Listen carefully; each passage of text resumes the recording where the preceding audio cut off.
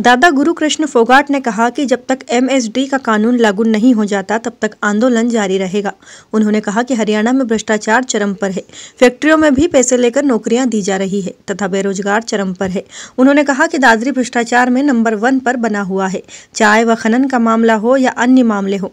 बारिश के खिलाफ आवाज उठाई गई लेकिन अभी तक कोई कार्रवाई नहीं की गई है। खनन विभाग द्वारा भी सीबीआई जाँच की मांग की गई थी लेकिन वह भी नहीं करवाई, जिससे लगता है कि इसमें कई मंत्री व विधायक भी शामिल हैं तथा प्रशासन के उच्च अधिकारी भी इस भ्रष्टाचार में शामिल हैं। उन्होंने कहा कि वह जीवन भर जन समस्याओं को उठाते रहेंगे, चाहे इसके लिए उन्होंने अपनी जान की बाजी भी क्यों न लगानी पड़े। संवाददाता देवेंद्र सांगवान। और सरकार चली गई, किसी ने इस बारे में कोई ध्यान नहीं दिया।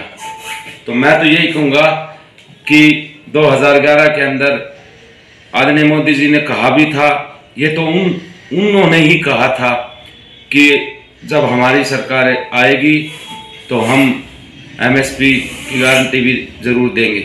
हम तो उन्हीं की बातें दोहरा रहे हैं जो उन्होंने अपने एजेंडे में कही थी चुनाव के, तो हम तो उन्हीं की बातें कह रहे हैं।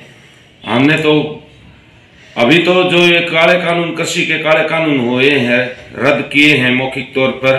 अब सत्र में भी अध्यादेश ये इसमें कर देंगे, सत्र में खत्म। तो ये तो इन्होंने ही दिए थे, अपने आप ही बनाए थे कृषि के काले कानून और अपने आप ही खत्म कर दिए। किसानों का क्या किया? किसानों के लिए जो मुद्दा है ना, उनकी बात हो रही है। और फिर इसके लिए मैं एक और भी बात कह दूंगा, ये कहेंगे कि कांग्रेस ने क्या किया।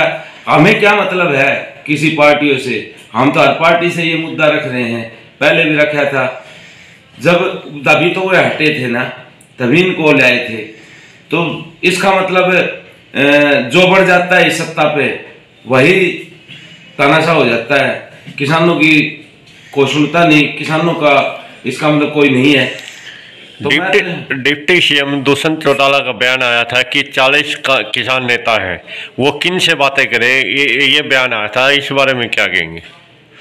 संसद में बैठाओ सभी किसान नेताओं को और बात हो अच्छी तरह से।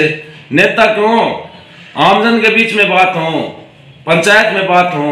इनके बनी है, पीएम मोदी साहब भी हैं और भी हैं जो इनके वो बात करें। पीएम साहब सीधी बात हो, कोई बड़ी बात नहीं है इसमें। तीनों कृषि बार का वो भी यहीं के हैं। तीनों कृषि कानून जो रद्द कर दिए गए हैं, अब संसद में अध्यादेश भी लाया जाएगा, कानून को लिखित रूप से भी रद्द किया जाएगा। लेकिन बॉर्डरों पर जो अर्धसैनिक बल व विजिलेंस वगैरह की सक्रियता बढ़ाई गई है, वाहनों की चेकिंग हो रही है तथा वाहनों की गिनती की जा रही है, इस बारे में क्या?